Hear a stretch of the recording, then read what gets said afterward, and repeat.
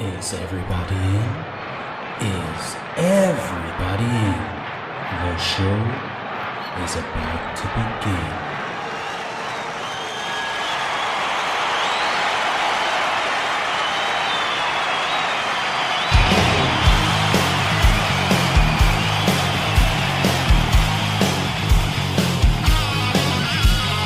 Welcome to the podcast, concerts that made us, interviews and stories, tales from the bus. We love taking you back to when it all went down, the greatest live shows and the cheering crowd sound. It's concerts that made us, concertsthatmadeus.com.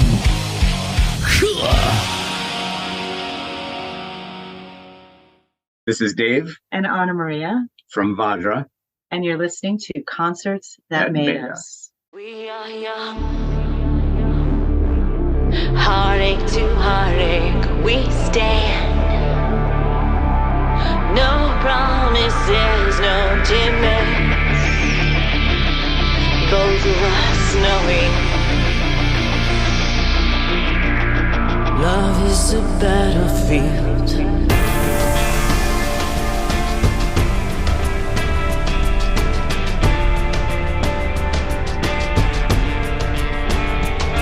You're making me go, then making me stay. Why do you hurt me so bad? It would help me to know, do I stand in your way? Or am I the best thing you've had?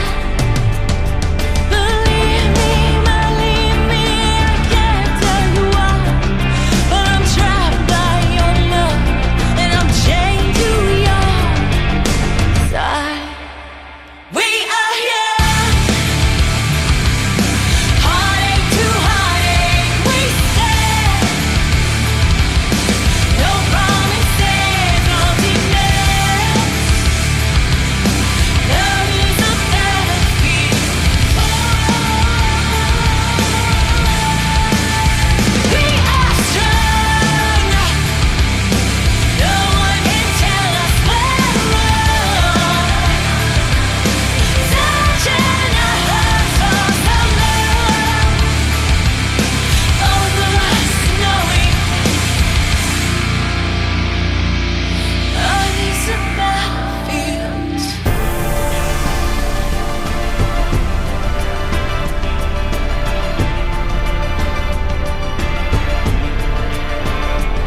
When I'm losing control, will you turn me away? Or touch me deep inside? And when all this gets old, will it still feel the same? There's no way this will die. But if we get much closer, I could lose control. And if your heart surrenders, you'll need me to hold. We are here, heartache to heartache we stand. No promises, no demands. Love is a battlefield. We are strong. No one can tell us we're wrong. Touching our hearts for some love. Both of us knowing love is a battlefield.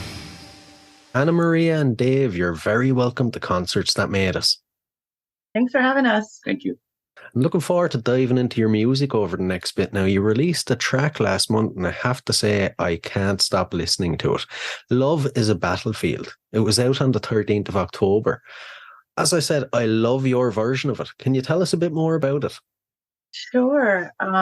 So I usually warm up to a bunch of songs, and that was one of the songs that I would just warm my voice up to. And we had decided we wanted to do a cover. We don't usually do any covers. Well, I take it back. We do one cover live, and that's Set the Controls for the Heart of the Sun by Pink Floyd. And that was it. That's the only cover we've ever done. So we were just talking about, well, why don't we just try a cover just to try it? And we're like, well, what cover? Because we wanted a song that we could Vajra-size and make our own. It didn't make sense for us to just regurgitate what someone else has done. Then I'd rather just listen to the original. So we wanted something that had some space, and who knows what that means. So this song had a lot of space because it's from the 80s and the sound is different and it's not progressive at all. And we lean towards that area, although we don't fit squarely in any genre. And we were driving down, Dave and I were driving down the thruway one night. The New York State Thruway, if anyone's wondering. And on the radio, the song came on and I just sang it. And he's like, whoa, that's the song we got to do. So I was like, all right, cool. So we were in my childhood bedroom at one point, and we were just like hashing out bass lines. What if we try this? I was on the keyboard, he was on the bass, and we were just kind of going back and forth, and we decided on something, and then went into the studio with Jimmy, who just came up with a beat. And then things kind of just morphed a little bit in the studio. A lot, actually. They morphed around in our rehearsal space. As it will do. Right. And it just told us what it wanted. My vocal delivery pretty much stayed the same. Yeah. So I was like, all right, well, if I keep singing, I just kept singing along. No matter what we did, it was kind of just like tiny differences. And I thought, okay, well, that's the way it's got to be sung. For some reason, it's telling me it wants that. We went into the studio to record with Sahaj, and Sahaj gave us an idea for a really cool guitar part. So, and then just did a layer like within 5 minutes. He's like, what about this? And we're like, whoa, that's great. So, I mean, it just kind of came pretty quickly. But, we knew the song. We've all been living with that song for a long time. So 40 years. Yeah, pretty crazy, apparently, right? So it just, it was the next stage. What we just added what we thought we could add to it. But we were very happy with what we came up with. And we knew the first time we got it back from Sahaj, like the, draft version of what we had recorded, we all were like chills. We're like, okay, this is something, you just know. And it's hard to really say what that is, but that song had it. So we're like, okay, cool. And is it one and done now, or are you open to more covers from classic songs? There will be a couple more covers maybe coming. One is a really big surprise. I can't say anything yet, but yeah, I'm very prepared. There will be just maybe a little more coming, but not too many because we are an original band. Yeah. We don't want to be pegged as a cover band, but you got to do it sometimes, especially if you can put your own spin on it, or take something and like have people go, wow, what was that? And that's all I'll say. The transformation, the alchemy is like the fun part. What could we add to this? Because it's already a great song, Yeah, exactly. And what do you hope people take away from your version of the song compared to the original? We're hearing a lot of positives on, like we've heard the song so many times, but like your version is like awesome. It's just breathed a new life into it. So that's a great compliment to me. Like that's what a cover should do anyway. But have you heard something else? Yeah, I mean, it's just our version of it. It's the same song, but it's transformed into a whole different like way of hearing it. And a lot of people have said that they love the version because it doesn't. It's not a carbon copy of the original, not even close. So there you go. That's exactly what you want though when you're doing a cover. You want to make it familiar, but really put your own mark on it, so it's different. Yeah. Exactly, and it's fun. It's fun to try to do that. It's a challenge. Just to, color outside the lines a little bit, and like how far can you go? Yeah, exactly, exactly. And when it comes to creating original music, then for you guys, typically, what does the process look like? The process is always different. For me, it's sitting with the keyboard and just playing something over and over, and then something just comes, and then I'll record it, and then I'll layer things and record something else over the top of it, and it just tells me what it wants. If I'm in the right place. I usually work with sounds. A sound will inspire something. So the sound has maybe some sort of natural reverb, or the sound has something about it that will just inform the next step. If I sit with the guitar, it's the same kind of thing. It's just sitting and kind of riff making over and over again. I'm really not a great guitarist. I'm a horrible guitarist. I'm a horrible piano player, but I write. I'm able to play enough to be able to write, if that makes any sense. And then whenever there's something that I just instinctually feel is worth exploring or breathing life into, then I'll share it with the guys, and then we'll kind of move forward with it. Your process is different. Yeah, I mean, I like to sit with something that already has a structure and see what I can do to morph and change what I'm doing during that structure. So, which kind of harkens to how she wrote Pleroma, the first album, and how I didn't play guitar on that, but how the guitar player already had a song structure, and they really like tailored guitars to what was there, Yeah, everything was like already there for Pleroma. Guitar was really tough because there was just almost like it was dense and there was no space for guitar. We're like, well, what are we doing with guitar? Guitar was the last instrument for Pleroma that we even just like created melody lines and everything for. It was just weird. But that's a whole nother story. Sorry, I interrupted No, you. it's okay. It's okay. But that's kind of how I like to do it also. I could write a riff and then be like, hey, I got this riff, but I mean, I'd rather have something that I'm vibing off of in the first place, I guess. I'm more big picture. He's more like he goes in, which is perfect. Yeah, it's a good match. Yeah. Yeah. Yeah. And the first thing anyone will notice about you guys when they listen is you have a very unique sound. You don't sound like anyone else. How did you guys discover your sound? Where does it come from? I still don't know what my sound is. Because it comes from communion with spirit. I mean, to me, there's divinity in creation and music, and it's just basically catching an idea. Here you hear it, and you create it, recreate it using the instrumentation that you have. When you talk influences, it's just so weird because everything's an influence. A film is an influence. David Lynch's Mulholland Drive, when they're driving down the street with the cars at the intro, section, that inspired India, which is this interlude that we have on Pleroma. I mean, it's just like stuff like that. I lived in India for 5 years. So the classical Hindustani and the ragas that I heard all the time, that informed the writing process. That informed specifically the rhythms and the notes, because the note system is completely different than Western music. So that's been a huge influence, but also spirituality.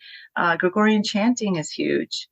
Music that you'll hear in spirituals, and that could be any religion or non-religion. It could be like just a culture that gets together and this is what they sing. Native American flute music. It's just like, whoa, blows me away. It always has. So I have all of these things that are kind of churning within me. And that just kind of, it just comes out when I sit and play with whatever I'm playing.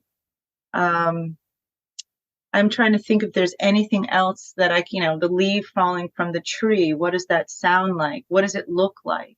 What does it look like and sound like to express what I'm feeling right now? How would I put that into a sound, whatever sound I have available at that moment? How do I play with that sound in order to express what I want to express?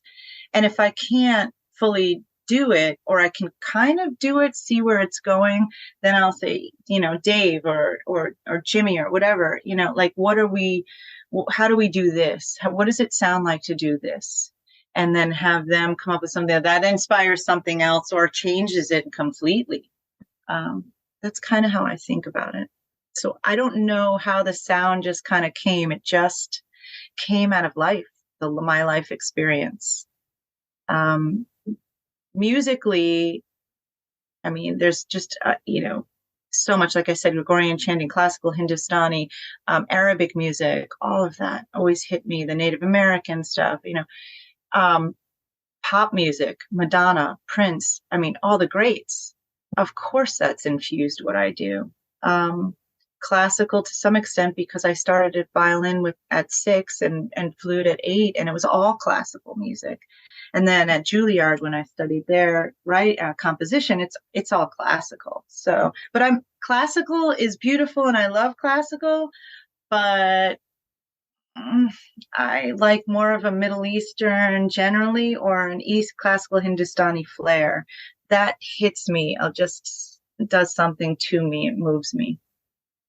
What I kind of love is that there doesn't seem to be any boundaries or any doors closed. You will go anywhere with your sound and use any instrument, use anything at all to create that sound.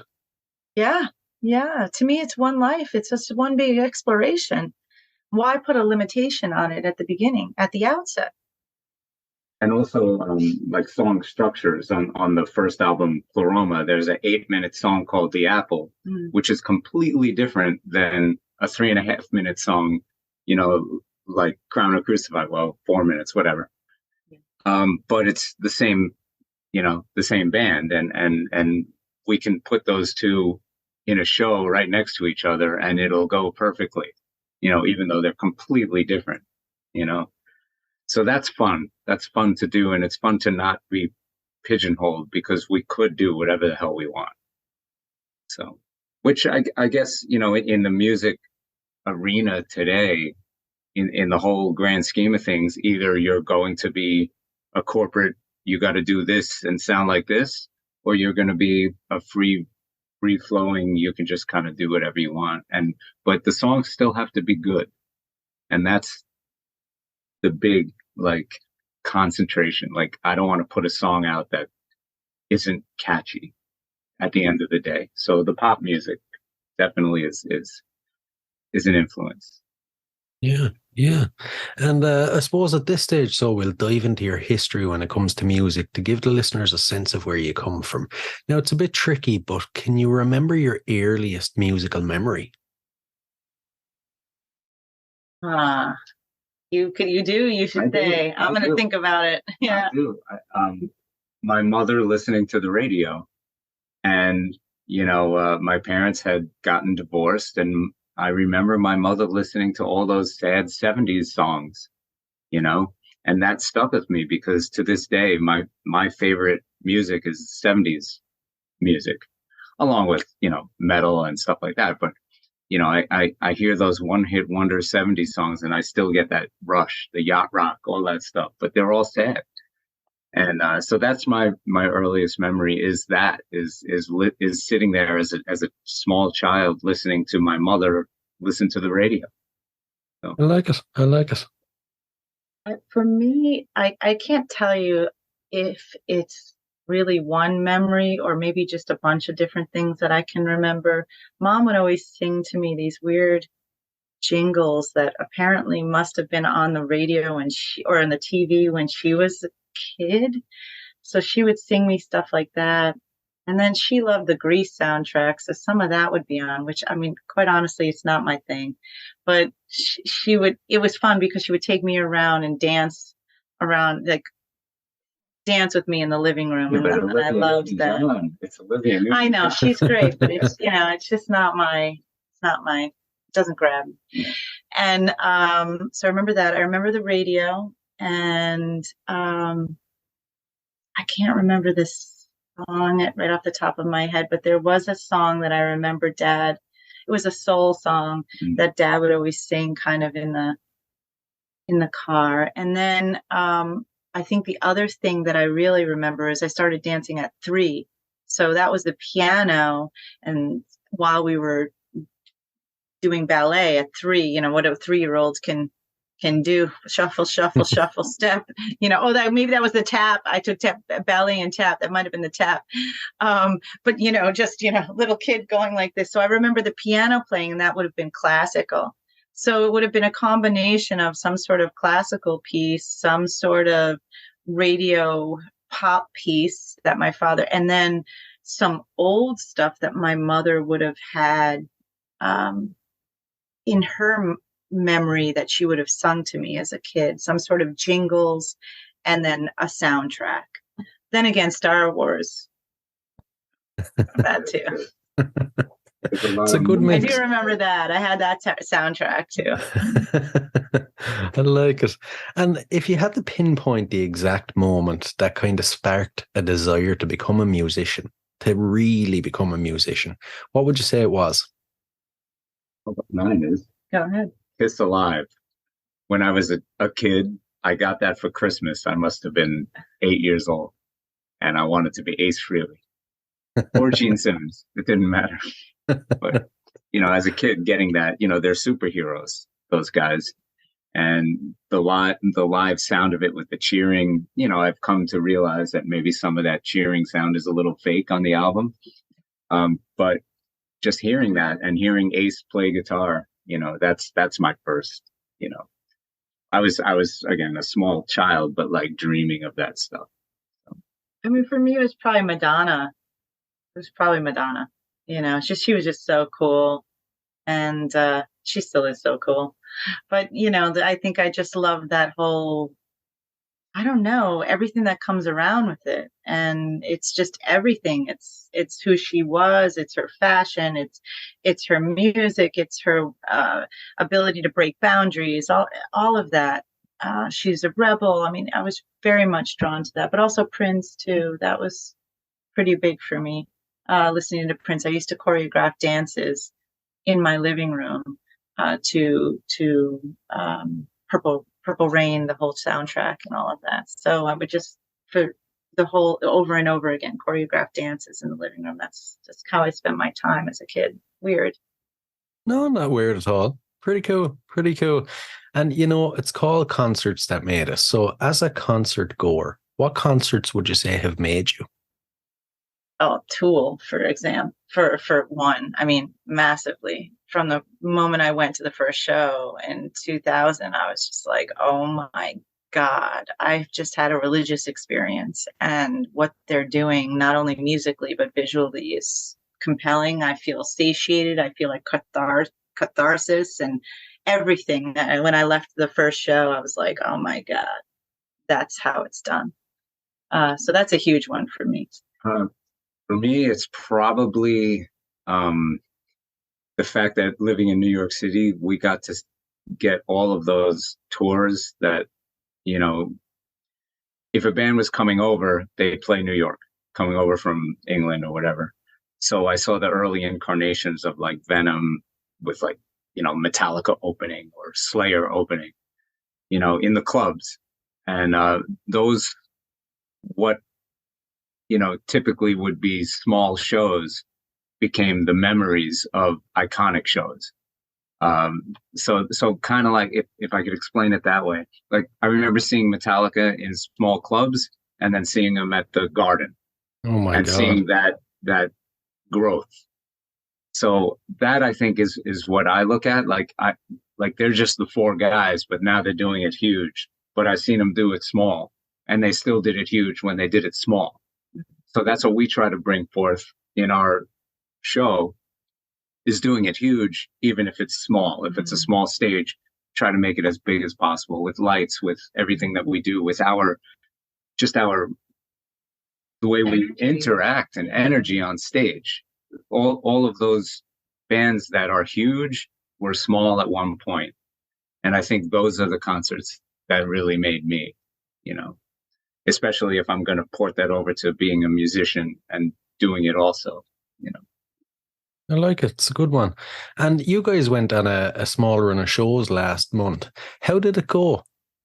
Oh, so good to be back out. We were just talking to our agent now about getting back out in the early part of next year.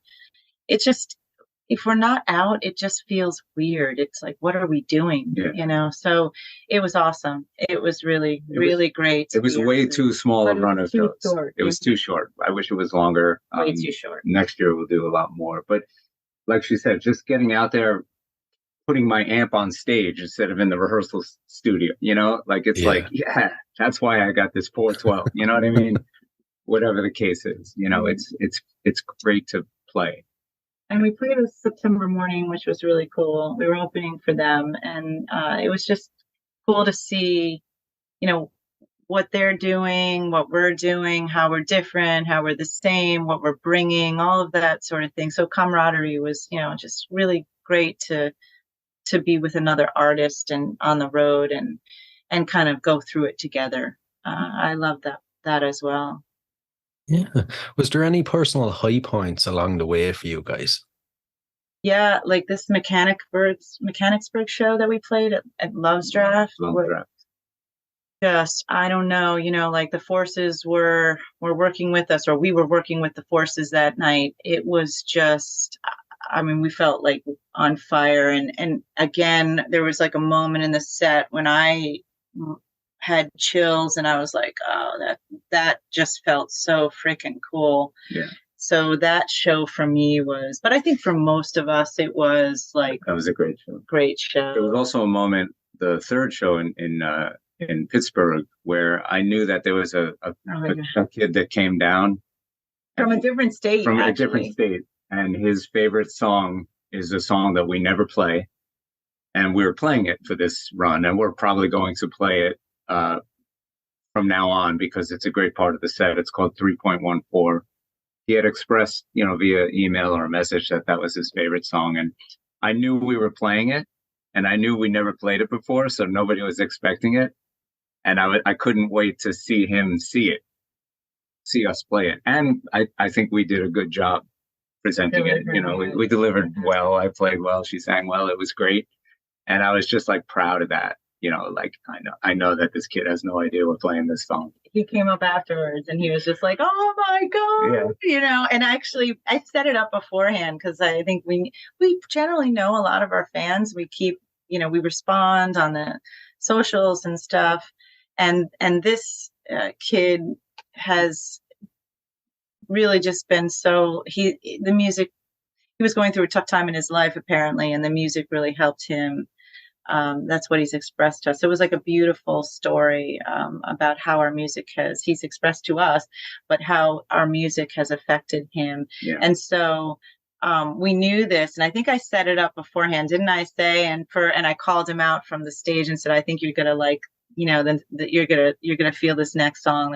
And then he was like, went into it like, you know, so it was just awesome. It felt really great. So moments like that, and that's why you get on stage. You know, it really feels good to do that, and to have that. I'm on stage and I'm looking forward to a moment. You know what I'm saying? Like we're sitting in this space. Hopefully, if we're doing what we should be doing, is just emptying ourselves so that this energy can move through us, so that the audience can be involved in that. It's a co-creation process, and that's why the live experience is so awesome.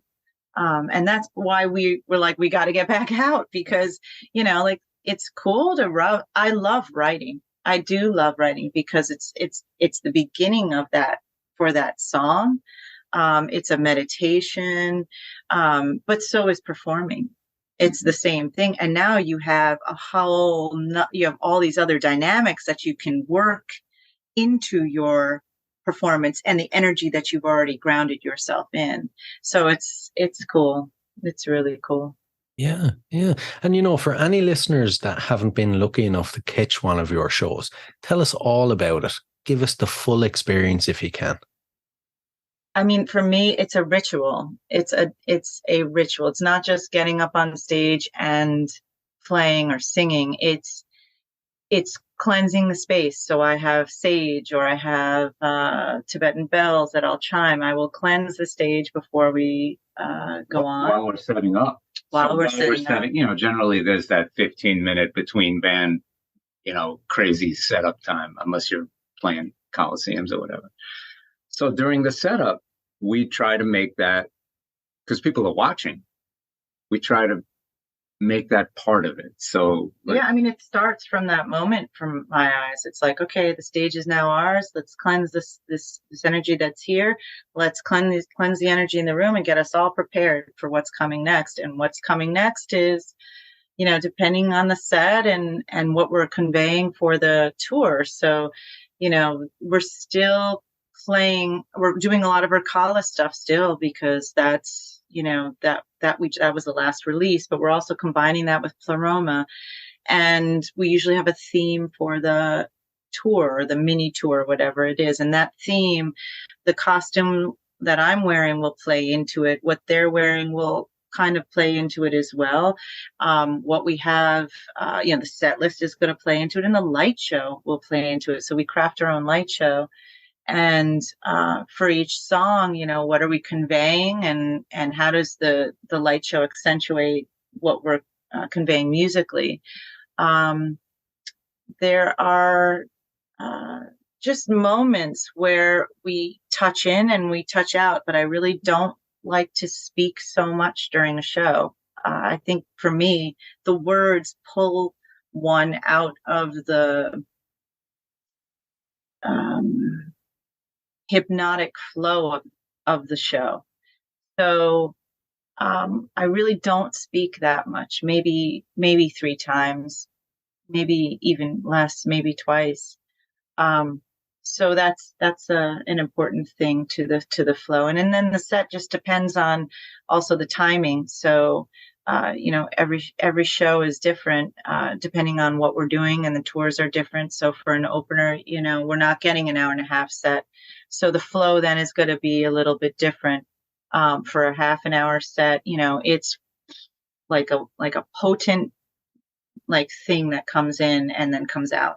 For a little bit longer, you can play with the space a little bit more.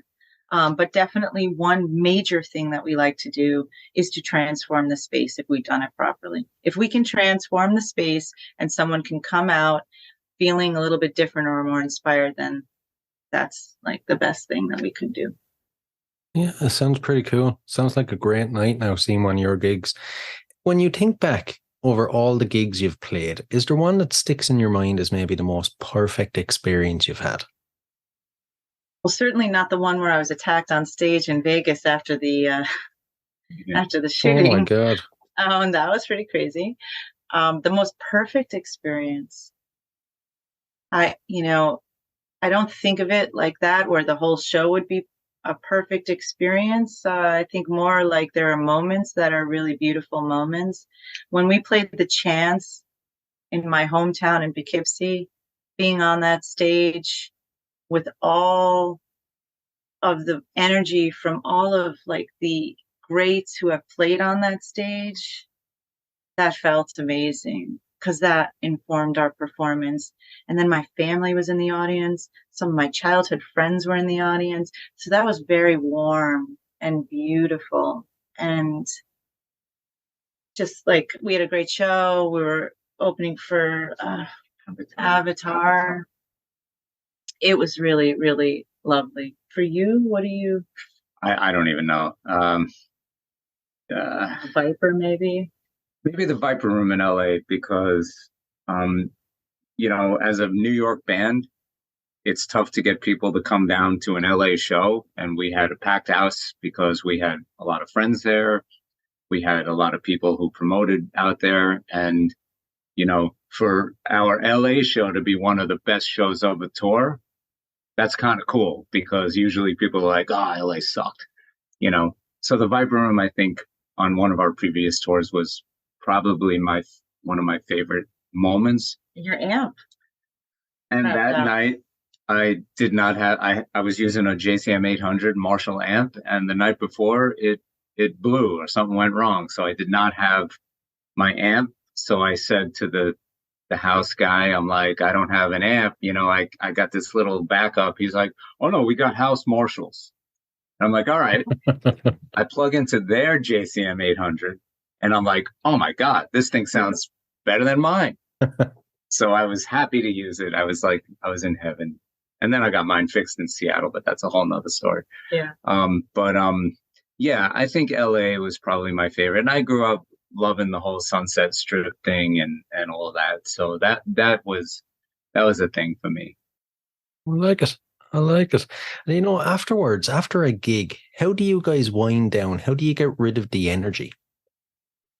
A drive to the next city, a 2-hour drive to the next city. That'll do it.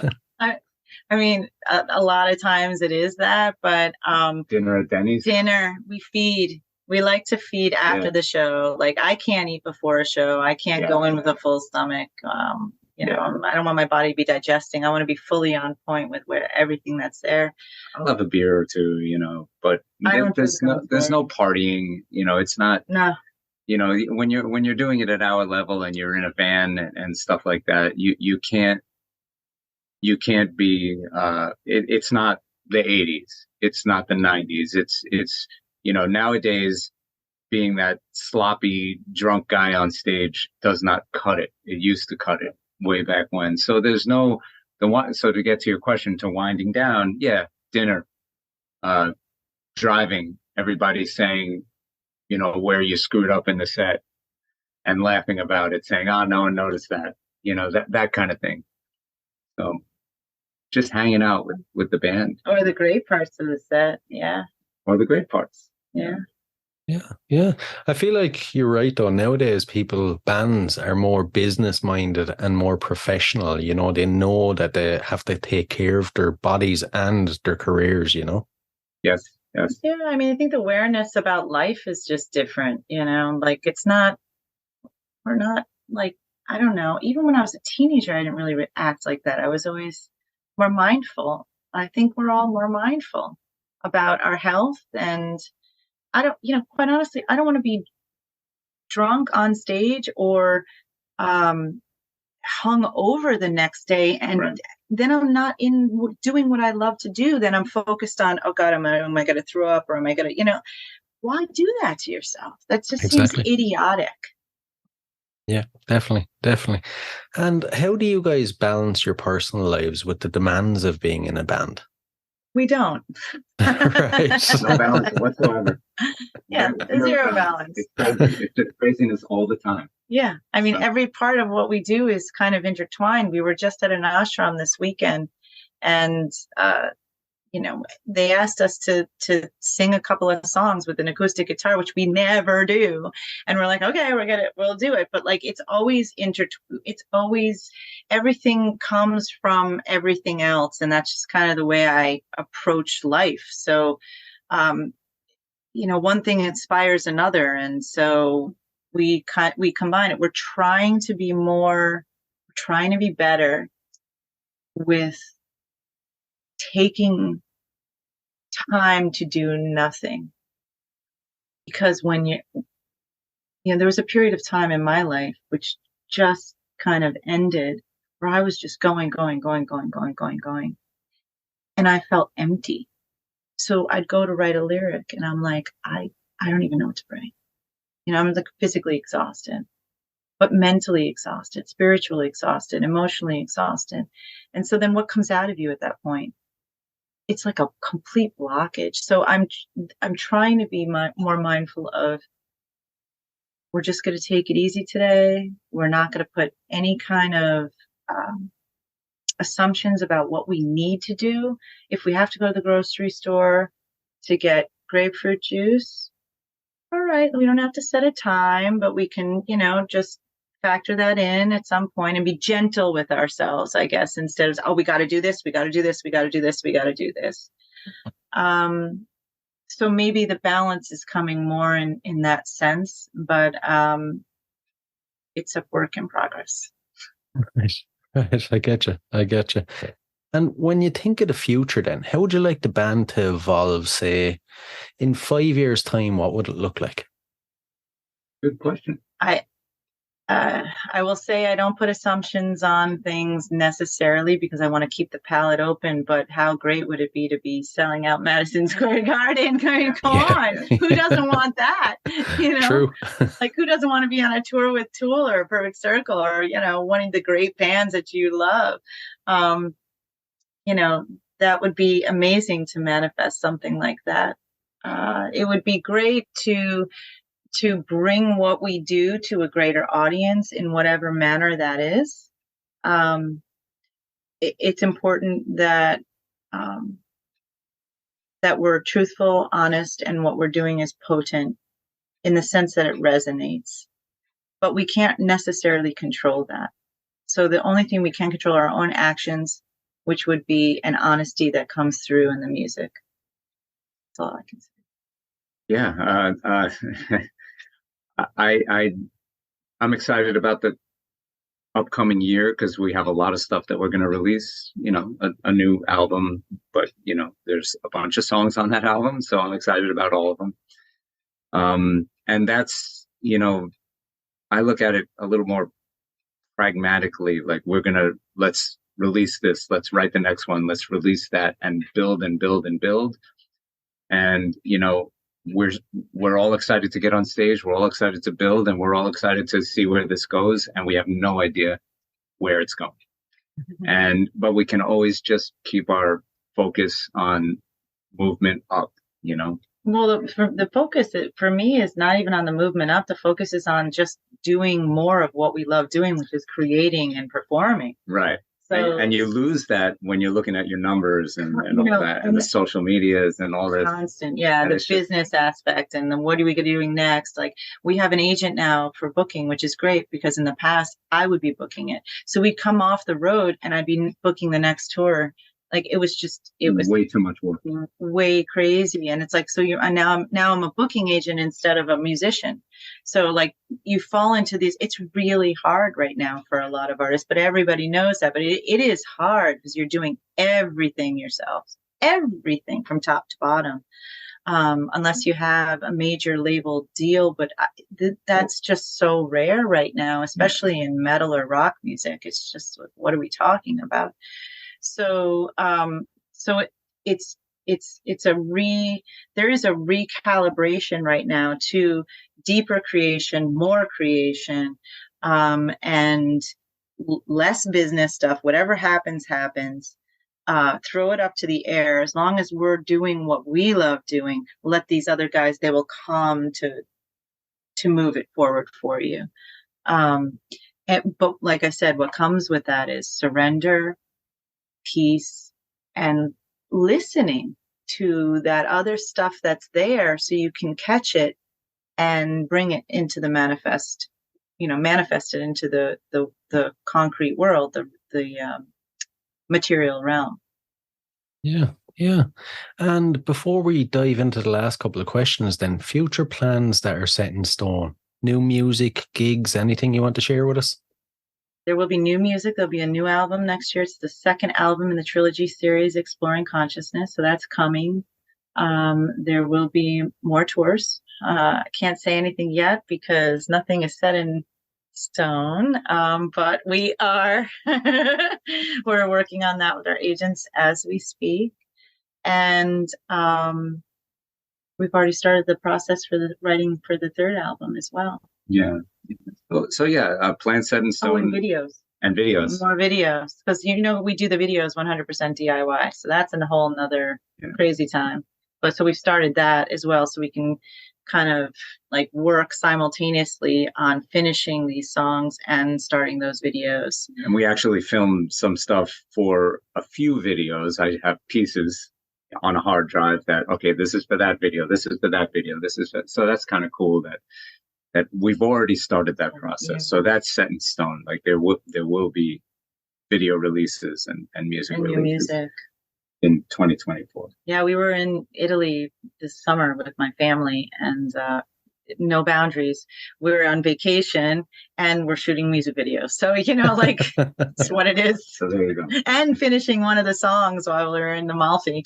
So yeah, it's crazy. So there's no separation between the personal life and the band life. The band life is the personal life, but the personal life is also the band life because it's what we love. Yeah. Sounds like you guys are going to be crazy busy over the next year. I hope so. It's winter, right? So our winter's coming, or right now, I guess it's still technically fall. But like, I feel that already. Like, just go in, do what we got to do, be super productive during this time. Like internally, because we're going in, and I'm not distracted by the glorious weather, and I want to be outside hiking and all this sort of thing. We're just going into that phase right now, and then it will be an outward space come early next year. That's what I see. All right, we'll dive into the last couple of questions. So these are a couple of random odd music questions, but I'm intrigued to see your answers. If you could see any performer from history in concert from one night only, who would it be? Stravinsky. But he's a composer. He caused a riot in Paris with the freaking operas. Yeah, that would be amazing. I would love to see either the Doors or the Eagles or Led Zeppelin. Oh yeah, that too. In their heydays. Yeah. But in their heydays, because those are like the things that you see on video, on TV or whatever, in documentaries that I've never seen. So, and I will never see. Yeah. So that's kind of where I'm looking at, I'd be right there with you. That would be amazing, especially the Doors, Jim Morrison. Right? Oh, yeah. To see Jim and to go through that ritual with him, be out of this world. And the next one, here's where the odd part comes in. If you had to spend 24 hours locked inside a room with any musician from history, who would it be? It's so hard to limit to one person. I mean, I'm going to say as a guitar player, and I've been going down this rabbit hole recently, so that's why I'm going to say it, Eddie Van Halen. Because I would just be like, all right, show me what your hands are doing, Makes sense. This is hard for me to answer. I think composers more than I think just straight musicians. But it would be cool to sit in a room with Jimmy Page and talk to him about music and life and how it all combines for him, Crowley, his spirituality. There are other people. I mean, that's kind of more of an obvious answer. I like it. I picked an obvious guitar answer, but there are so many people, Yeah, it's hard to narrow it down. Yeah. And the final one, what song would appear on the soundtrack to your life? For me, it would be Hotel California. Lots and lots of reasons. But I love that song, and that guitar solo is my favorite moment on, probably recorded for guitars ever. So. Right. It has to be that one. So the soundtrack of my life.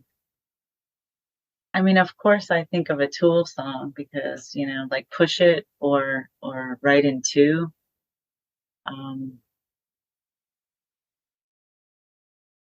Those are like songs that I just constantly gravitate towards, and they morph and change, and they start and they grow, and then they crescendo, and then they come down. So I kind of see a life in those songs. And there's gentleness, and there's a lot of dualities in the songs, both of those songs, and I think I really respond to that, and I feel like my life is a bunch of that. So maybe one of those.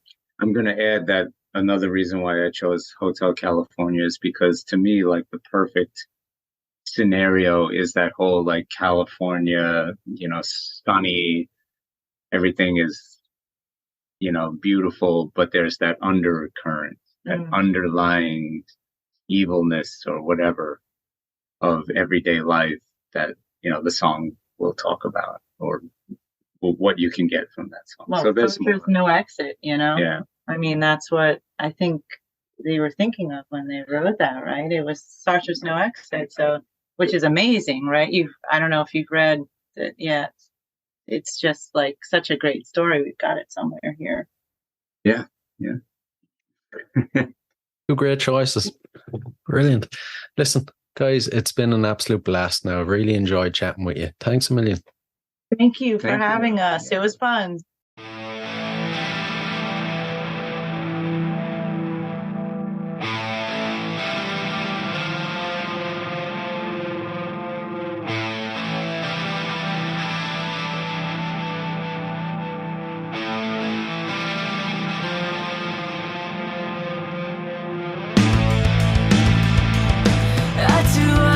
Hold me closer, skin on skin. I can taste your sweet surrender when I pull you in. It's easy to be deceived when you want to believe. I feed on all your fear, and I burn inside your tears. Under the spell of my eyes, when nothing is as it seems. Under the spell of my eyes,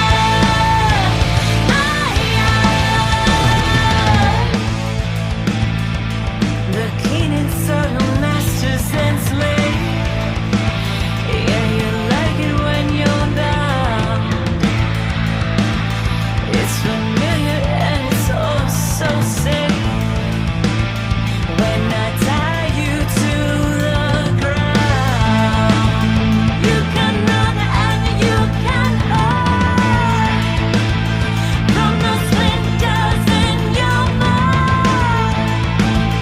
I feed on all your fear, and I bathe inside your tears.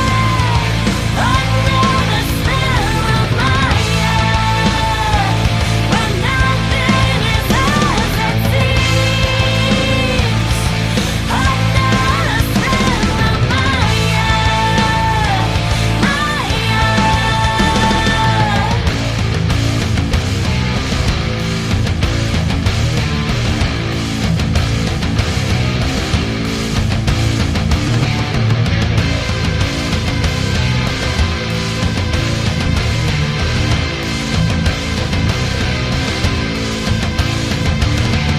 smoke and mirror shadows love. Is it real or not at all?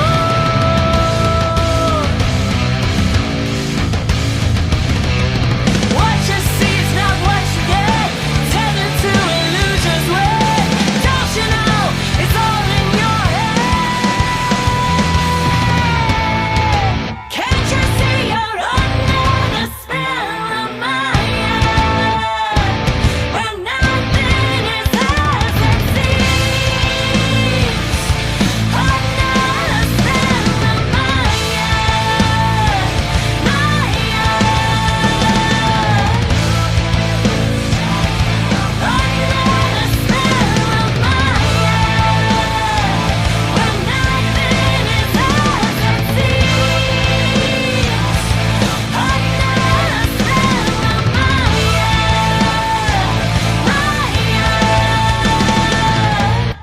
Hey guys, I really hope you enjoyed this episode. If you did, please rate and review us on iTunes and Spotify.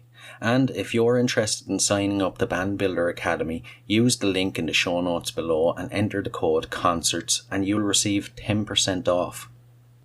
So, until next time, keep rocking.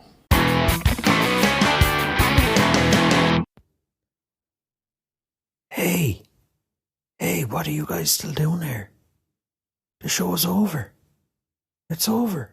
You can go home. Go on. We'll see you next time. We'll be here.